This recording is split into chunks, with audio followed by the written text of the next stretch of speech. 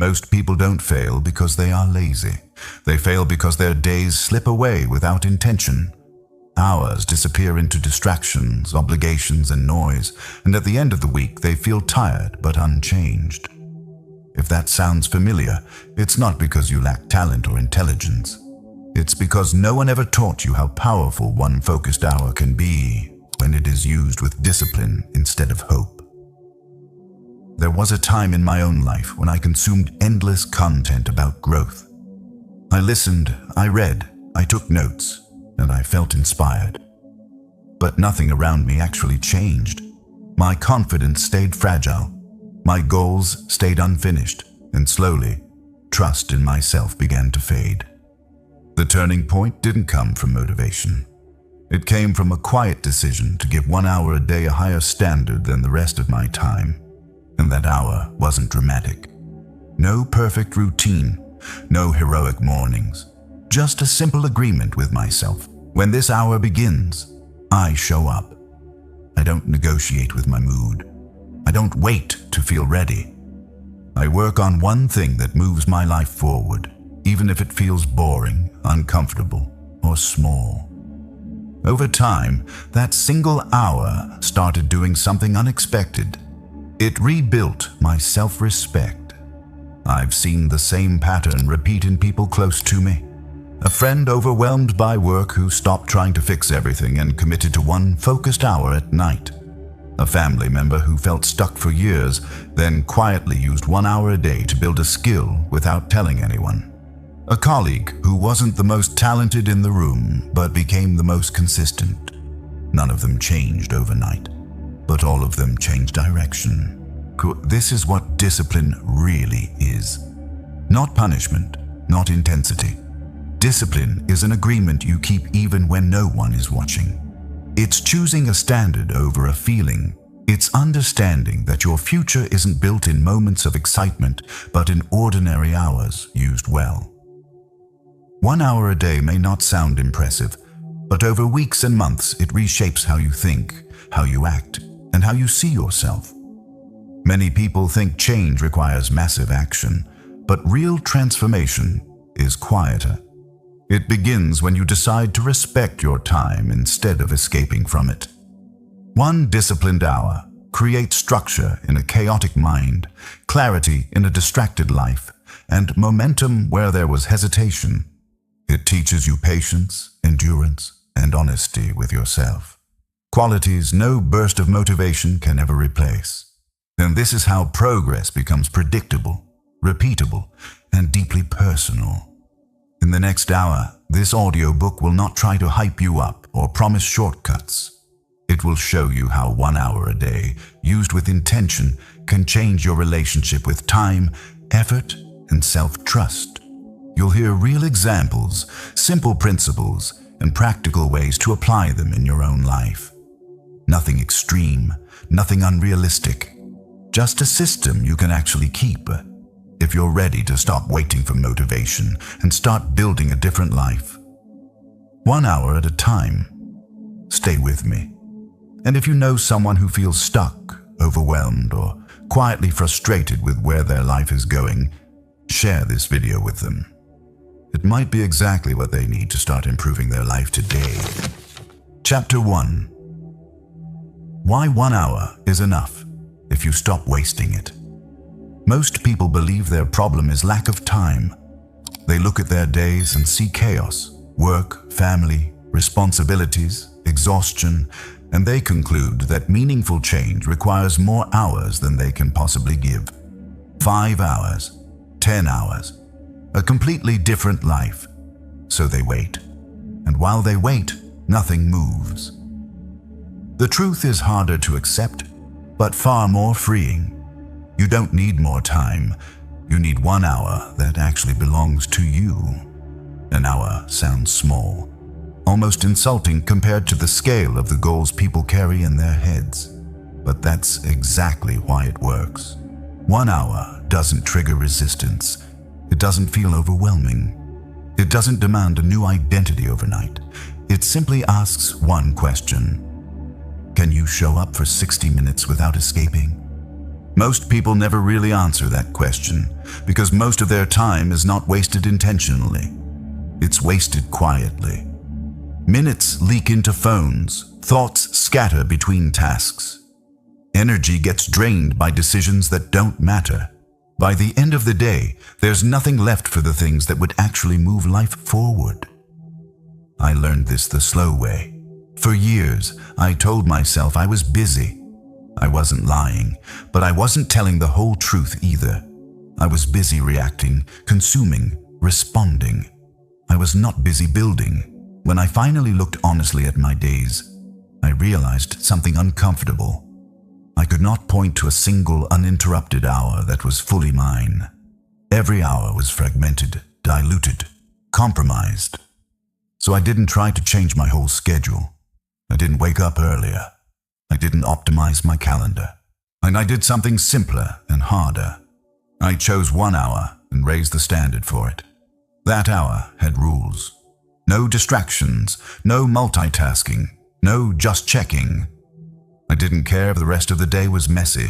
That 1 hour was clean. And at first, it was uncomfortable. My mind looked for exits. It told me I was tired. It told me tomorrow would be better.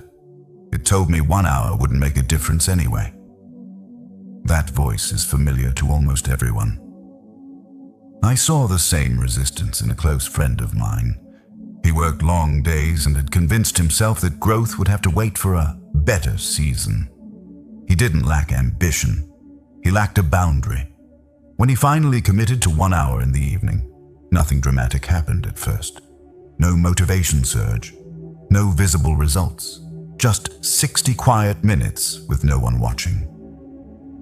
3 months later, something had shifted.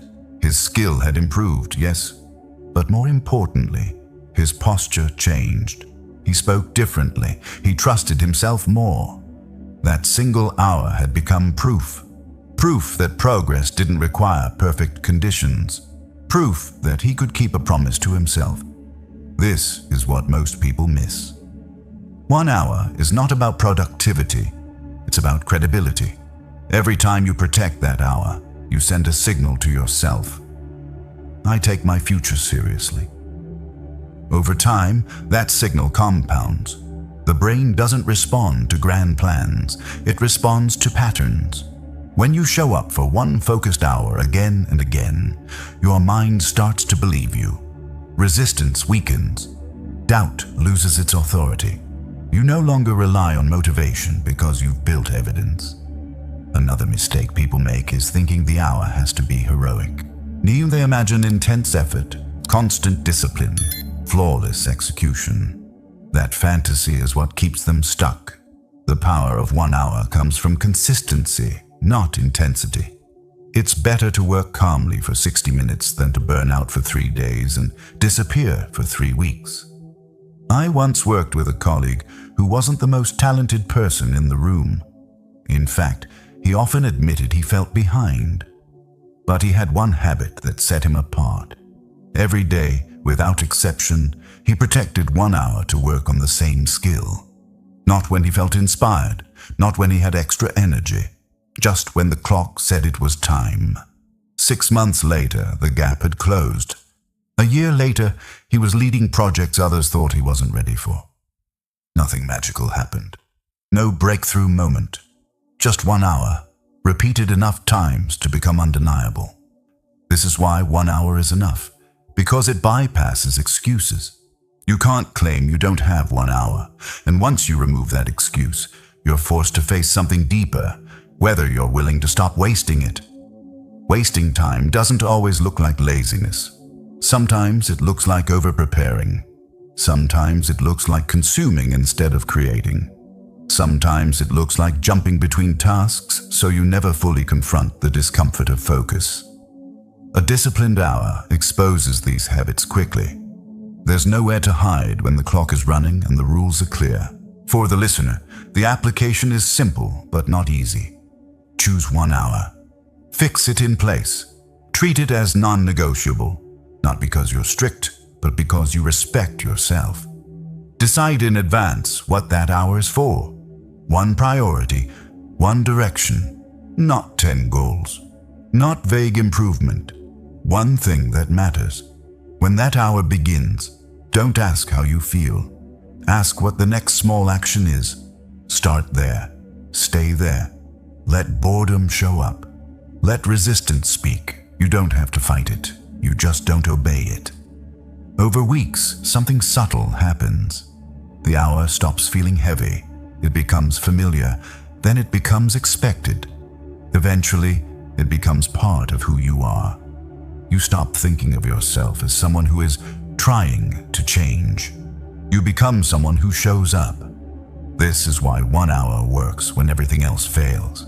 And it doesn't demand a new life.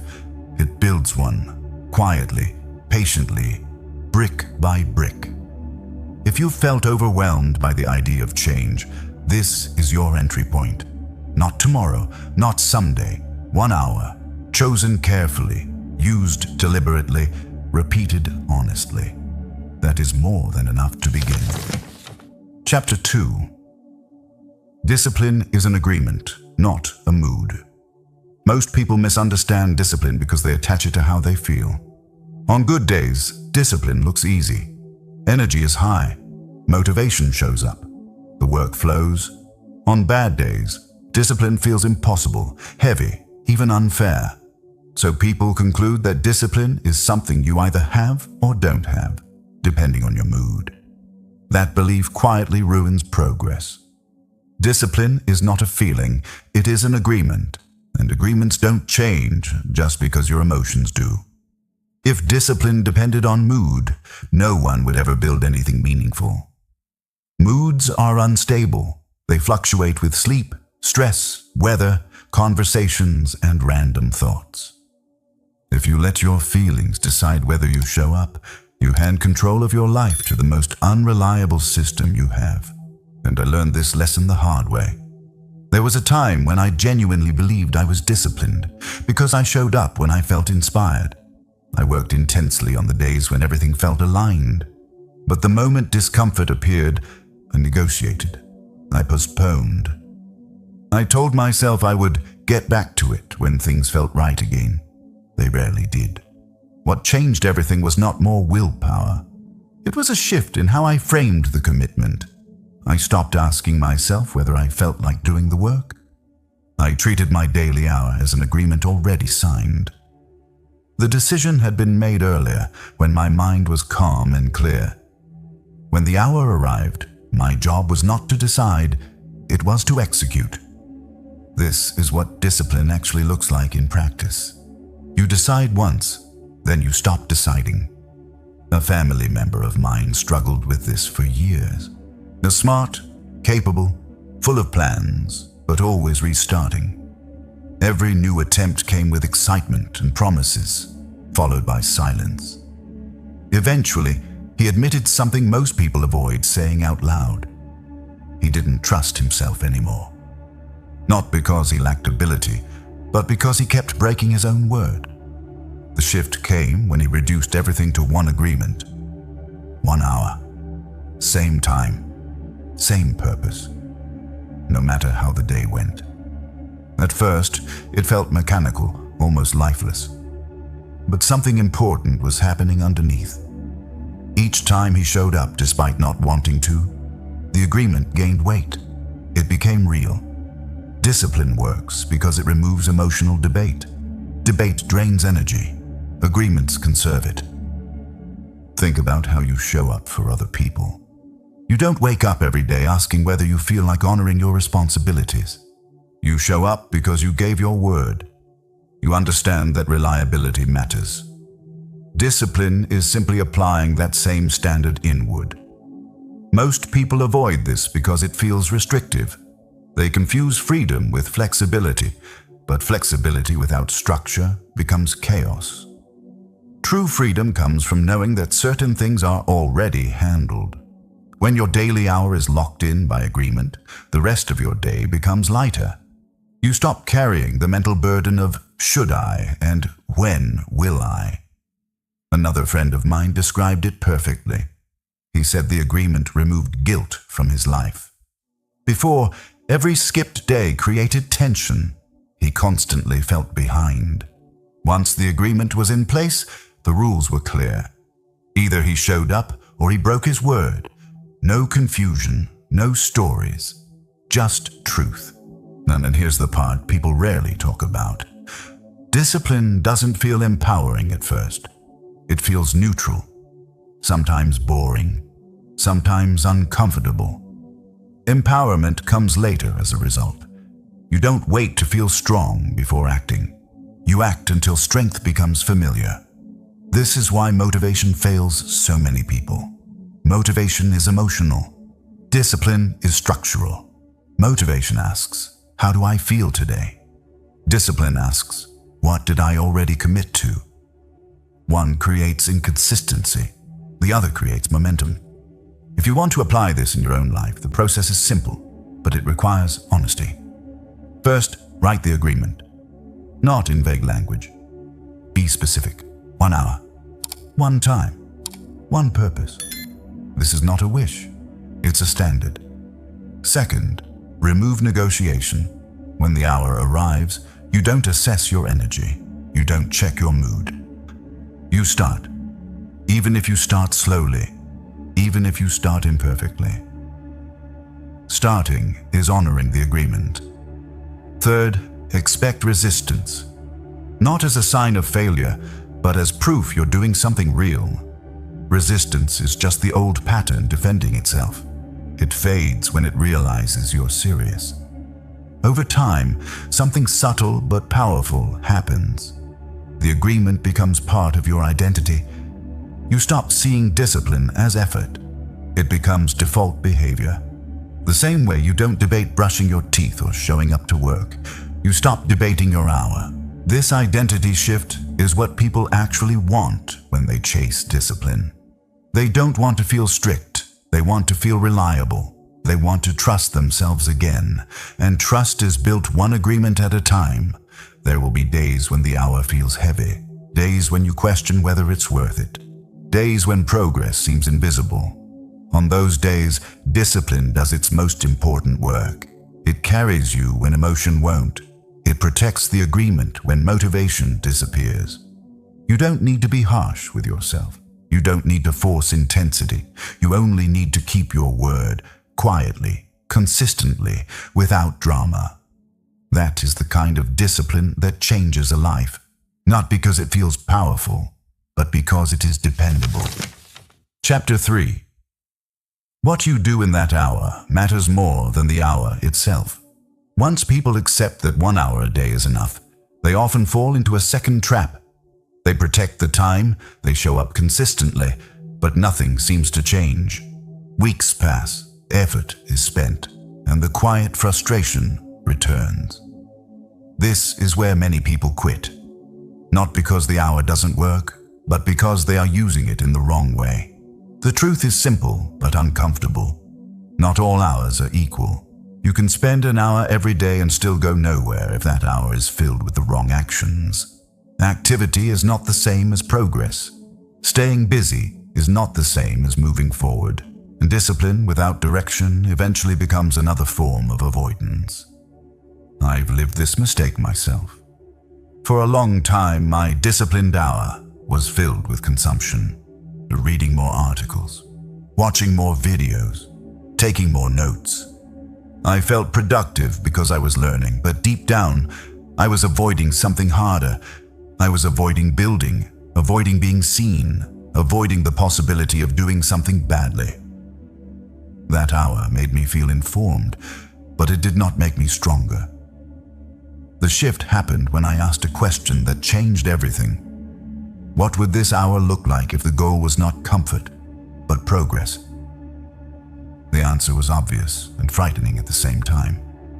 Progress required output, something visible, something measurable, something that could be judged, even if only by myself. This is where most people struggle. Consumption feels safe. Creation feels risky. When you consume, you can tell yourself you're preparing.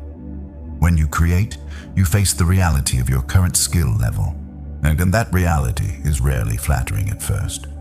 A friend of mine experienced this exact turning point. He had committed to his 1 hour faithfully, but after 2 months, he felt stuck. He told me, "I'm doing the time, but nothing's changing." When we looked closer, the pattern was clear. His hour was filled with planning, researching, and organizing, everything except the one action that would actually move him forward. When he changed one thing, using the hour to produce a small, imperfect output every day, the energy shifted almost immediately. Not because the work became easier, but because it became real. This is the core principle of this chapter. One disciplined hour only works when it is aimed at building, not consuming. Building doesn't have to mean something big. It means producing something that did not exist before the hour began. Like a page written, a skill practiced, a problem confronted, a draft completed. The size doesn't matter. The direction does. The brain responds differently to output. When you create, you engage feedback loops. You see where you're weak. You notice what needs improvement. You move from imagination to reality. And reality, while often uncomfortable, is where growth happens. Another common mistake is trying to do too much within the hour. People pack it with multiple goals, switching tasks, and fragmented attention. This creates the illusion of effort while diluting its impact. A focused hour should have one job, one direction, one priority. I worked with a colleague who transformed his results by applying this rule. Before, his hour was chaotic. Emails, planning, small tasks, and distractions bleeding in. Once he committed to using the hour for a single skill, his progress became visible. Not dramatic, not overnight, but steady, predictable, honest. This is why clarity matters more than intensity. When you know exactly what the hour is for, resistance has less room to negotiate. There's no debate. You sit down and work on the one thing you already decided matters. If you're listening to this and wondering how to choose the right focus, the answer is simpler than you think. Ask yourself, what action, repeated daily for 6 months, would change my situation the most? Not what feels impressive, not what feels urgent, what actually moves the needle. Then assign your hour to that action. There's another layer here that people often ignore. A disciplined hour is not meant to be inspirational. Some days it will feel boring, repetitive, but unrewarding. That is not a flaw. That is the design. Repetition is what turns effort into skill and intention into identity. I remember a period where my own hour felt dull for weeks. No breakthroughs, no excitement, just the same work day after day. The temptation to optimize or switch focus was strong, but I stayed. And slowly, without announcement, the work started to feel lighter, more natural. The progress I couldn't see earlier became obvious in hindsight. This is how compounding works. It hides while it's happening. 1 hour, used correctly, also teaches restraint. You learn to stop chasing novelty. You stop needing constant stimulation. You develop the ability to sit with a task until something gives. That ability is rare, and it is quietly powerful. For the listener, applying this chapter requires an honest audit. Look at how you currently use your focused time. Are you building or consuming? Are you producing or preparing? Are you confronting the thing that scares you or circling around it? There is nothing wrong with learning. Consumption has its place, but it cannot be the main event. Learning should support building, not replace it. A simple structure can help. Begin the hour by stating the output you intend to create. 1 sentence, clear and concrete. Then work only toward that outcome. When the hour ends, stop, even if you want to continue. This trains discipline and respect for the boundary. Over time, you'll notice something important. The quality of your hour improves your confidence, not because you feel inspired, but because you can point to real work done. Evidence replaces hope. Action replaces fantasy. This is why what you do in the hour matters more than the hour itself. Time is neutral. Direction gives it meaning. Discipline gives it power. One focused hour, aimed at building something real, repeated long enough, will change your life not by force, but by alignment. You stop pretending to grow and start actually becoming someone new. Chapter 4. The quiet power of doing it. When no one is watching, there is a kind of discipline that looks impressive from the outside. It's loud, it's visible, it announces itself early and often. And there is another kind that almost no one notices at first. It happens quietly, without witnesses, without validation, without applause. This second kind is the one that actually changes lives. Most people underestimate the power of working in silence because silence offers no immediate reward. No likes, no encouragement, no external pressure to continue. When no one is watching, the only thing that keeps you going is your agreement with yourself. And that is exactly why this stage matters so much. Early on, I made the mistake of sharing my goals too soon. I talked about what I planned to do, what I was building, where I was headed, and I thought it would help me stay accountable. In reality, it did the opposite. Talking gave me a false sense of progress. I felt rewarded before the work was done. And when the excitement faded, so did the effort. Silence changed that.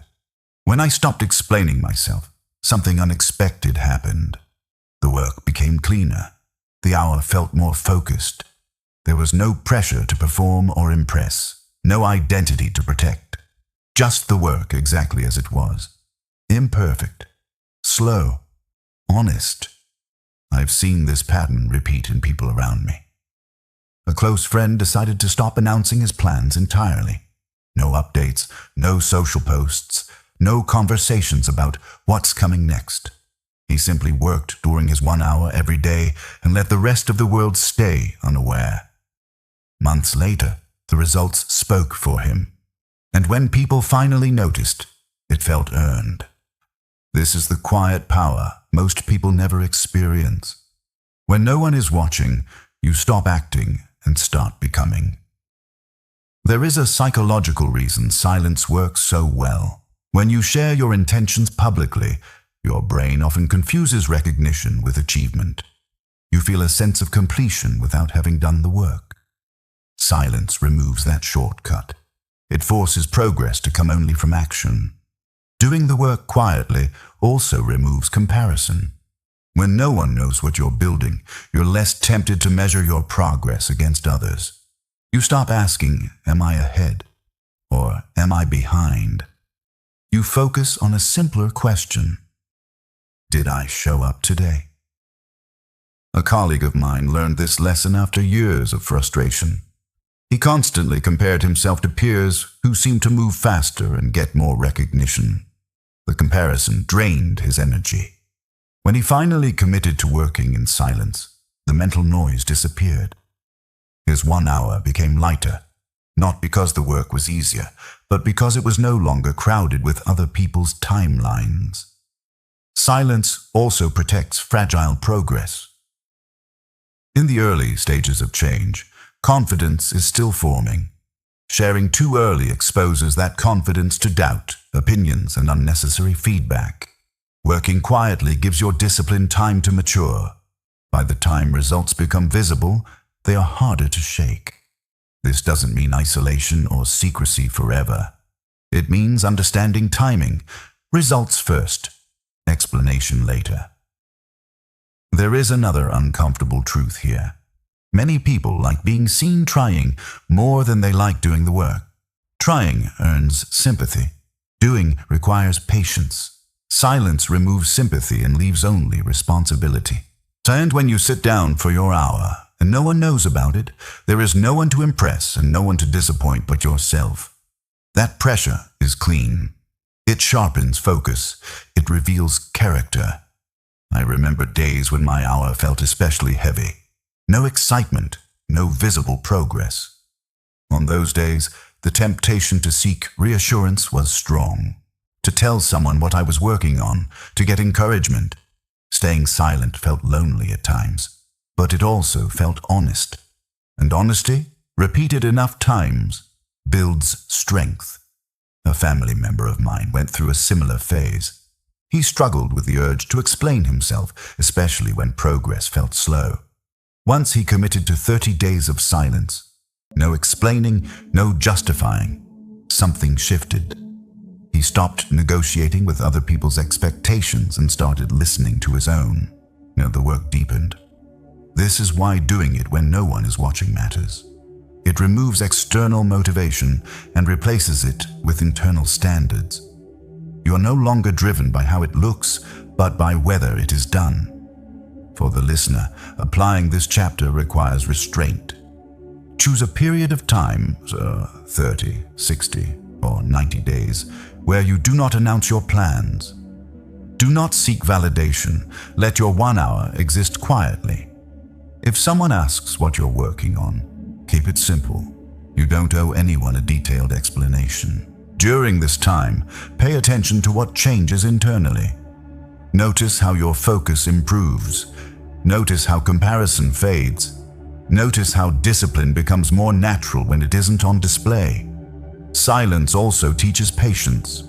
Without external feedback, progress can feel slow. That slowness is not a problem. It is training. It teaches you to trust the process rather than chase reassurance. It strengthens your ability to stay with something long enough for it to matter. There is a certain dignity that comes from quiet consistency. Not flashy, not dramatic, just reliable. Over time, that reliability becomes visible whether you announce it or not. Eventually, people will notice. They always do. But when they do, the conversation changes. Instead of asking about your plans, they ask about your results. Instead of offering advice, they ask how you did it. That shift only happens when the work has had time to compound in peace. Doing it when no one is watching is not about hiding. It's about protecting the process. It's about giving your discipline space to grow strong before it's tested by attention. If you can learn to value quiet progress over visible effort, your 1 hour a day becomes more powerful than most people realize. It becomes a private training ground where identity is forged, not performed. And when the time comes to step into the light, you won't need to explain much. The work will already have done the talking. Chapter 5. How 1 hour a day rebuilds self-trust. There is a quiet damage that accumulates when you repeatedly break promises to yourself. It doesn't show on the surface, but it shapes everything underneath. Confidence weakens. Decisions become hesitant. Even simple goals start to feel heavy. Over time, you stop believing yourself. Not because you lack ability, but because your words no longer carry weight. This is where discipline does its most important work. Most people think discipline is about control or achievement. In reality, its deepest function is rebuilding self-trust. When you show up for 1 hour a day, consistently and honestly, you're not just building a skill or habit. You are repairing a relationship with yourself. I didn't understand this at first. Early on, and I thought the value of my daily hour would come from what I produced. The writing, the work, the visible progress. But something else started changing long before the results became obvious. I began to trust my own word again. That trust had been damaged slowly. Every postponed plan, every "I'll start tomorrow," every agreement quietly abandoned. None of these moments felt dramatic on their own, but together they formed a pattern, and that pattern taught me a dangerous lesson, that my intentions were optional. The daily hour interrupted that lesson. At first, the change was subtle. I noticed I felt calmer, more grounded, less anxious about the future. Not because life was suddenly easier, but because I had one part of my day that was dependable. No matter what else happened, I could count on myself for that hour. A close friend once described the same experience in simple terms. He said, "For the first time in years, I'm not disappointed in myself at the end of the day." That sentence stayed with me. Self-trust doesn't come from big wins. It comes from ending the day knowing you did what you said you would do. This is why consistency matters more than intensity. A single heroic effort does not rebuild trust. In fact, it often makes things worse by creating unrealistic expectations. Trust is rebuilt through repetition, through small promises kept again and again. Every time you show up for your hour, you deposit something into an invisible account. It's not motivation, it's credibility. Over time, that account grows, and once it reaches a certain level, something important shifts. You stop arguing with yourself, you stop needing external pressure, and you start acting from a place of quiet confidence. I saw this transformation clearly in a family member who had struggled with follow-through for years. He was intelligent, capable, and full of ideas, but he carried a deep frustration with himself. When he committed to 1 hour a day, nothing about his life changed immediately. But his posture did. His voice steadied. He stopped over-explaining. He trusted his process. What changed wasn't his circumstances. It was his internal contract. Self-trust also changes how you handle setbacks. When you trust yourself, a missed day becomes a correction, not a collapse. You don't spiral into shame. You simply return to the agreement. Without self-trust, a single mistake feels like proof that you can't be relied on. This is why discipline should be measured by honesty, not perfection. That missing a day doesn't destroy trust, ignoring it does. When you acknowledge the miss and return the next day, trust strengthens instead of breaks. The daily hour teaches this skill naturally. It gives you repeated opportunities to recommit, to repair, to prove quietly that you are not defined by inconsistency, but by your willingness to return. Another powerful effect of self-trust is clarity. When you trust yourself, decisions become simpler. You don't overthink every choice. You don't look for constant reassurance. You know that even if a decision isn't perfect, you will handle it. That confidence doesn't come from certainty. It comes from reliability.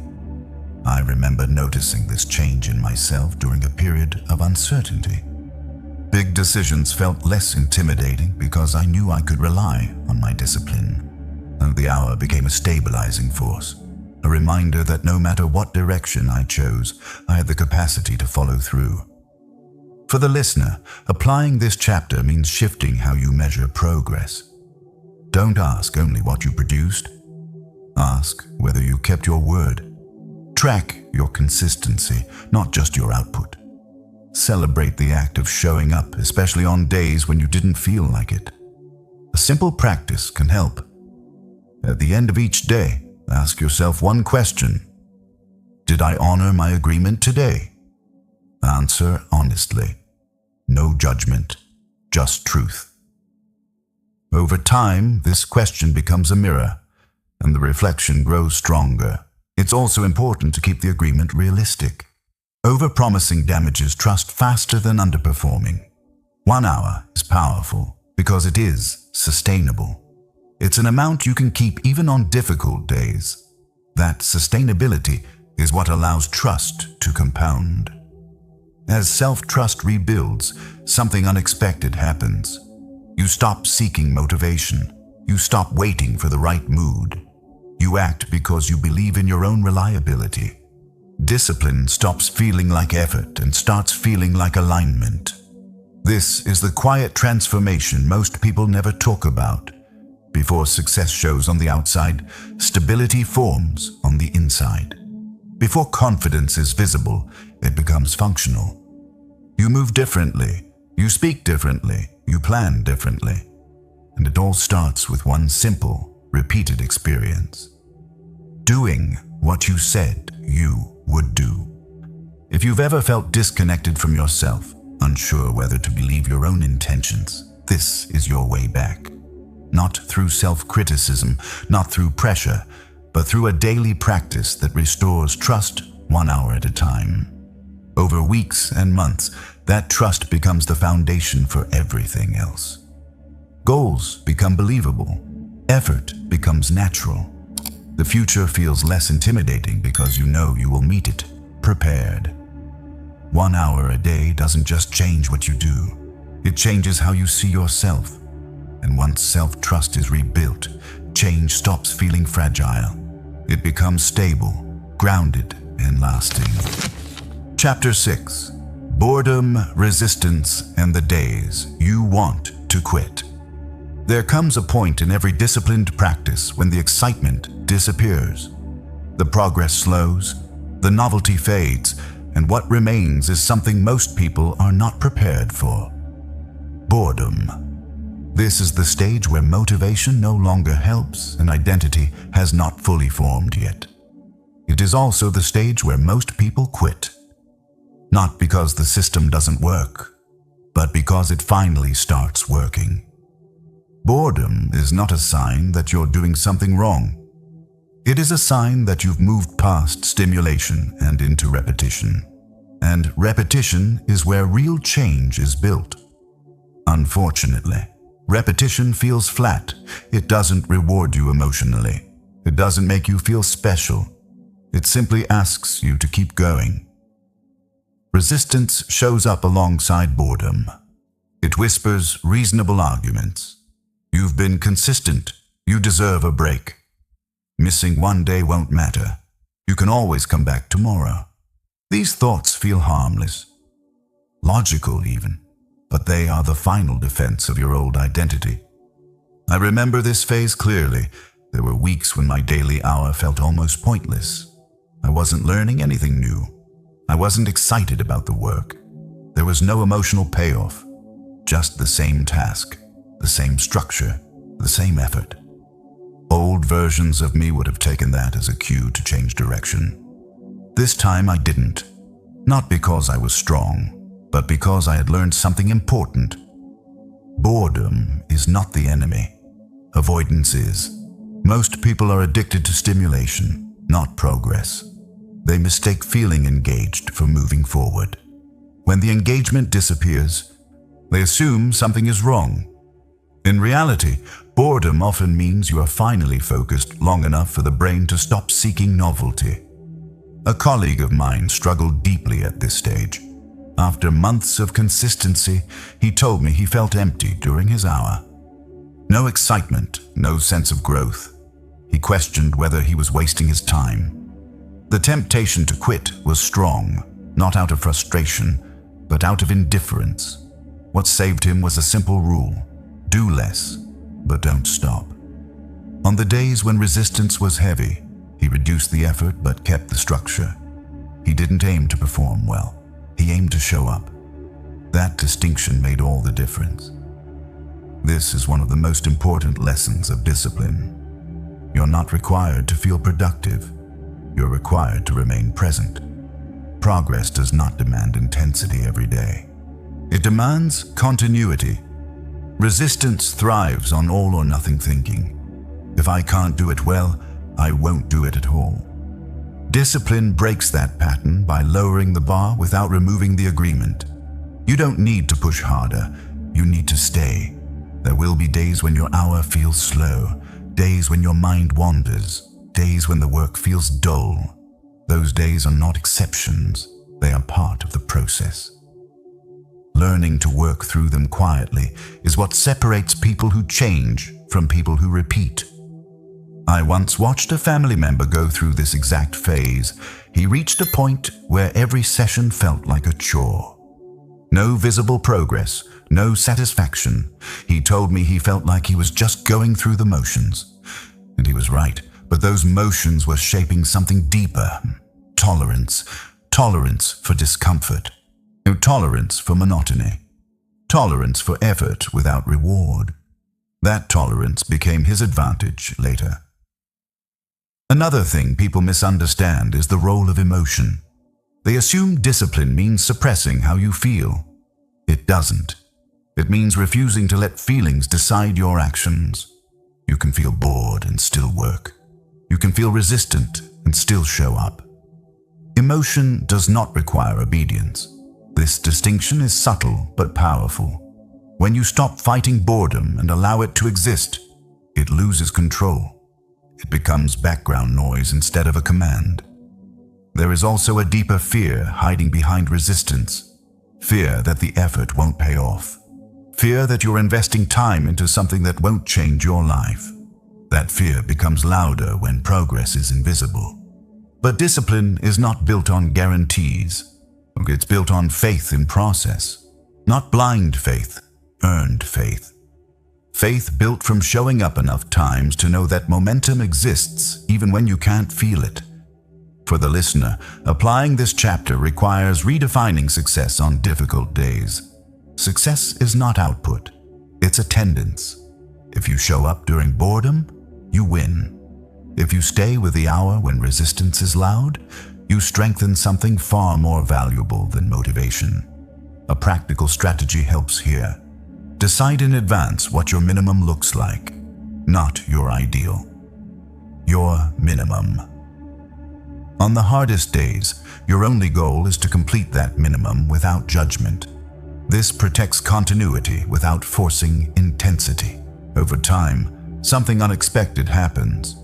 The days you once dreaded become neutral, then manageable, then unremarkable. Resistance weakens not because it disappears, but because it stops working. This is also where many people experience a shift in self-respect. They realize they can endure discomfort without escaping. That realization changes how they approach challenges outside the hour. Life feels less overwhelming when you've practiced staying with something difficult daily. The days you want to quit are not obstacles. They are training grounds. They teach patience. They teach humility. They teach you that progress does not require excitement. If you can learn to stay when boredom tells you to leave, you gain a skill most people never develop. The ability to continue without emotional reward. And that skill compounds quietly and carries into every area of life. Discipline is not proven on the days you feel strong. It is proven on the days you feel indifferent. Those days decide whether the hour remains a habit or becomes a turning point. Stay with it. Lower the bar if you must. Slow down if you need to. But do not disappear. Because on the other side of boredom is something rare, quiet confidence. And once you develop that, quitting no longer feels like relief. It feels out of character. Chapter 7. Identity change.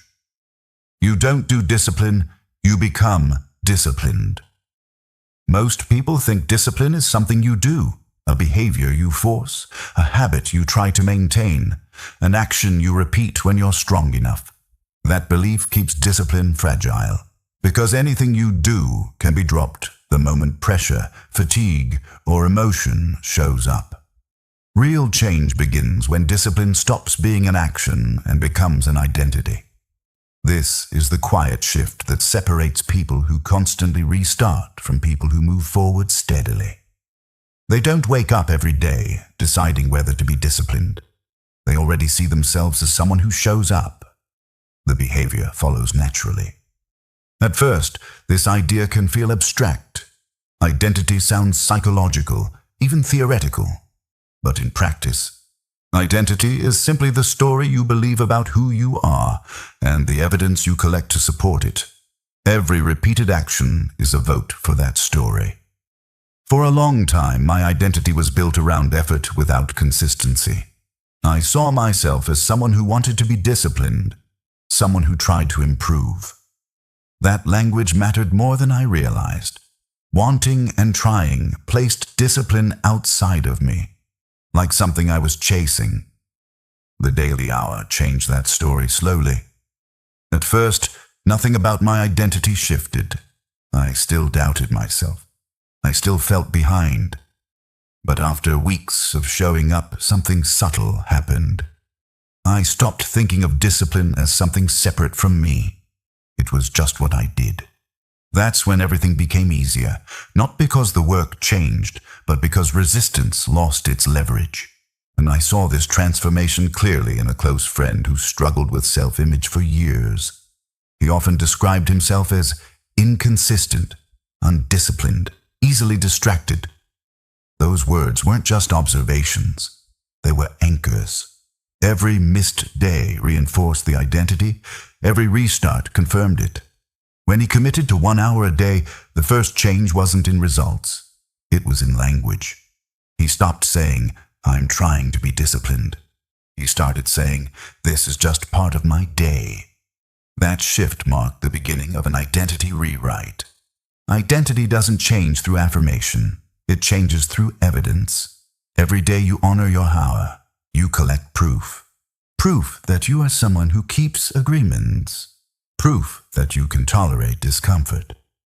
Proof that you don't need motivation to act. Over time, and that evidence outweighs old stories. This is why discipline feels exhausting at first and natural later. In the beginning, your actions conflict with your identity. You feel like an imposter. Your mind looks for excuses because the new behavior doesn't match the old self-image. But if you persist, the identity updates to match the behavior, not the other way around. Once that happens, discipline stops feeling heavy. A family member of mine experienced this shift after months of quiet consistency. At some point, he realized he no longer needed reminders or tracking systems. The hour simply happened.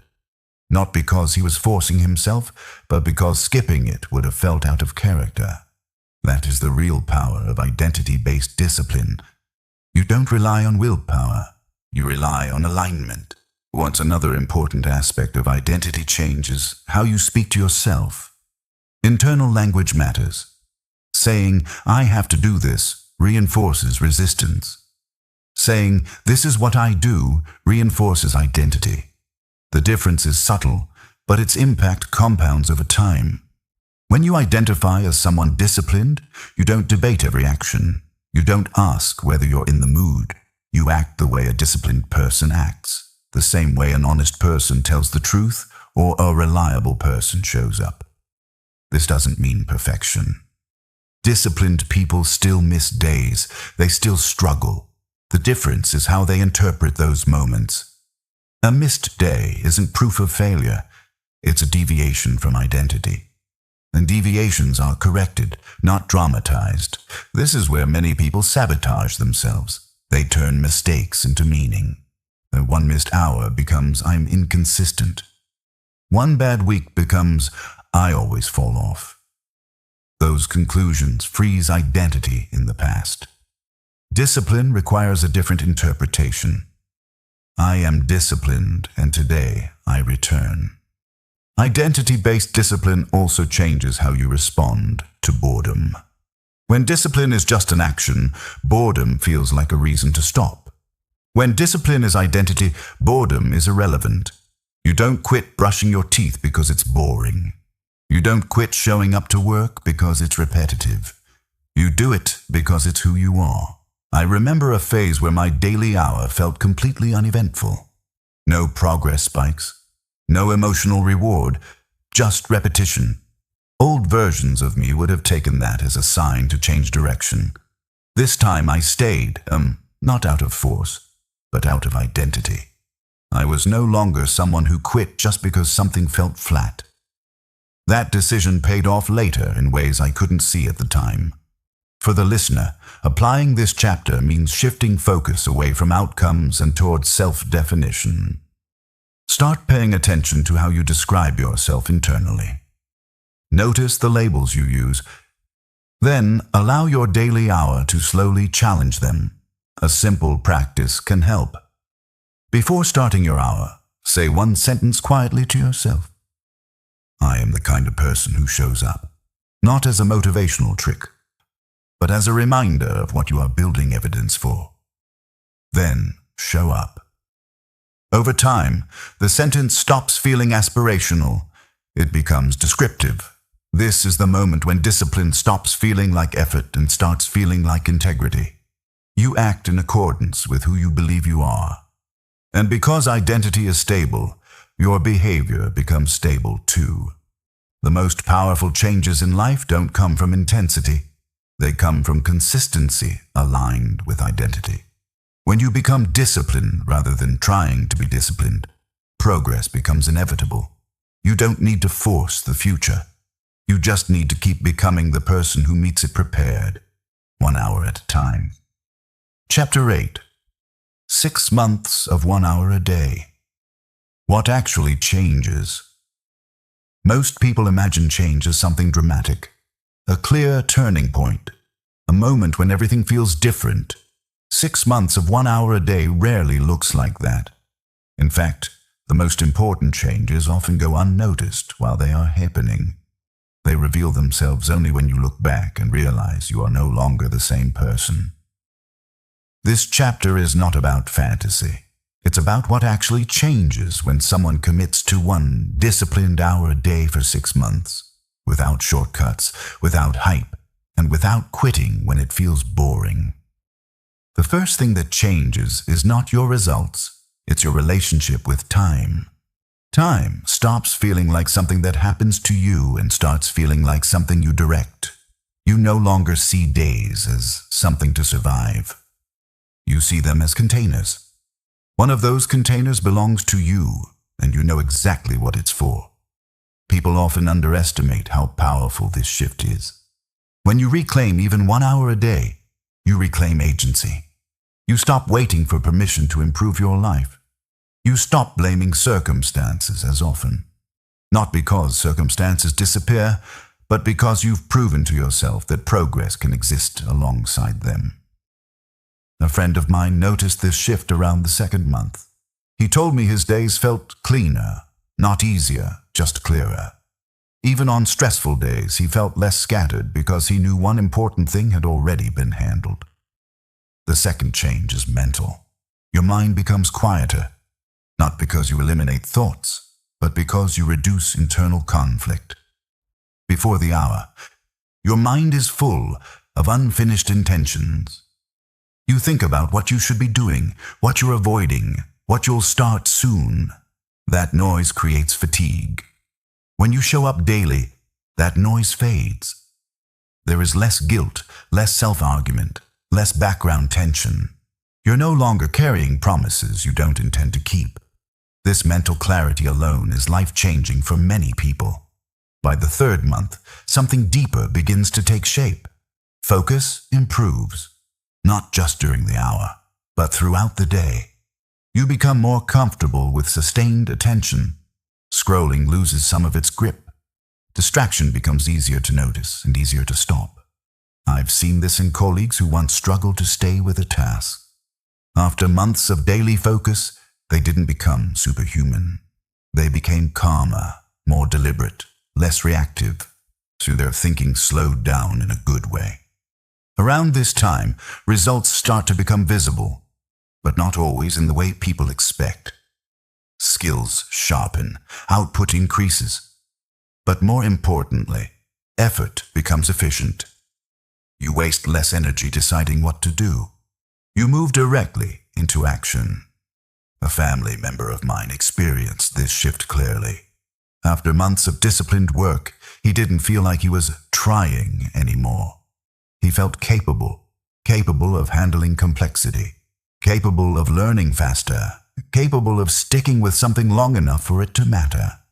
By month 4 and 5, emotional stability becomes noticeable. You're less thrown off by bad days, less dependent on mood, because you have evidence, real evidence, that you can function even when things feel off. That confidence doesn't come from success. It comes from reliability. This is also when many people experience a quiet pride. Not the loud kind that seeks recognition, but a steady sense of self-respect. You trust yourself. You don't need to prove anything.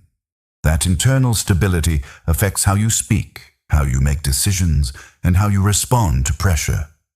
Importantly, some things do not change in 6 months. Life doesn't become perfect. Challenges don't disappear. Motivation doesn't stay high. Anyone promising that is lying. Discipline doesn't remove difficulty. It changes how you relate to it. There will still be days when the hour feels heavy. Days when progress seems slow. But by this point, you understand something crucial. Progress doesn't announce itself daily.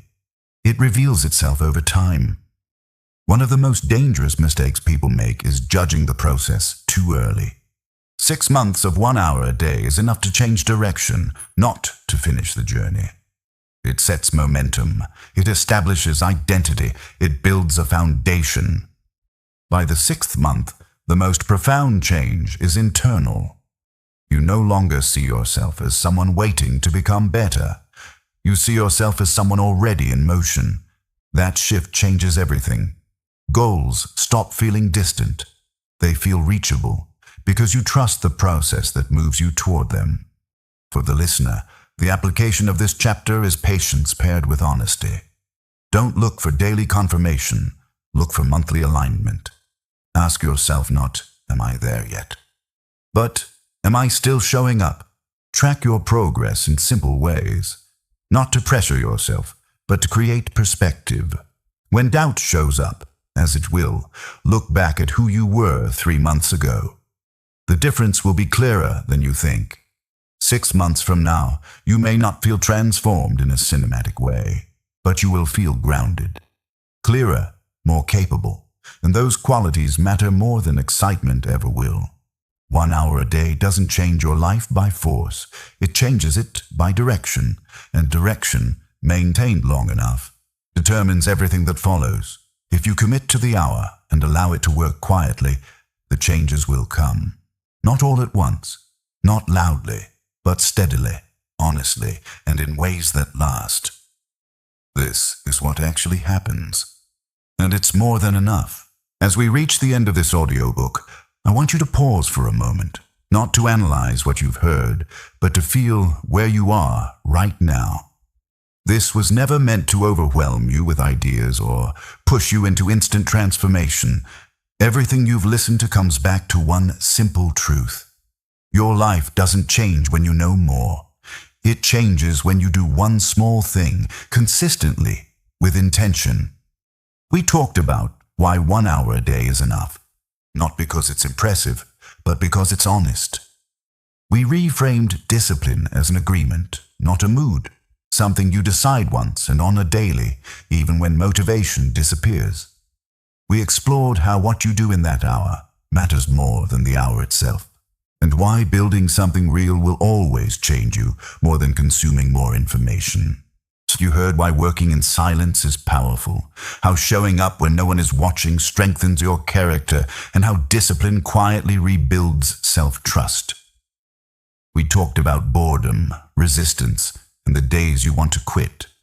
Not as obstacles, but as proof that the work is finally real. And we looked honestly at what happens after months of consistency. Not a perfect life, but a grounded one. A life where you trust yourself, focus better, and move forward without drama. None of this requires extreme effort. It requires honesty. It requires choosing 1 hour and treating it as non-negotiable. Not because you're strict, but because you respect your future. That hour doesn't need to be perfect. It doesn't need to feel good. It just needs to exist. Now it's your turn. You don't need a full plan. You don't need clarity about the next year of your life. All you need is to decide when your hour will be tomorrow and what one small output you'll focus on. Decide it now while your mind is calm. Then, when the time comes, begin. No negotiations, no overthinking, just presence. Some days, that hour will feel productive. Other days, it will feel slow and boring. Both are fine. Discipline isn't about how the hour feels. It's about the relationship you build with yourself by showing up anyway. Over time, that relationship becomes the foundation for everything else. Confidence, direction, and quiet strength. If you ever feel stuck again, come back to this idea. 1 hour, one agreement, one direction. You don't need to fix your whole life. You just need to stop abandoning yourself daily. Thank you for spending this time with me. Thank you for listening with attention and honesty. If this audiobook helped you see your time or yourself more clearly, I'm grateful you're here. And if you know someone who feels overwhelmed, lost, or quietly disappointed with where their life is going, share this video with them. It might be exactly what they need to hear to start improving their life, 1 hour at a time. Take care of your time, keep your agreements, and I'll see you in the next video.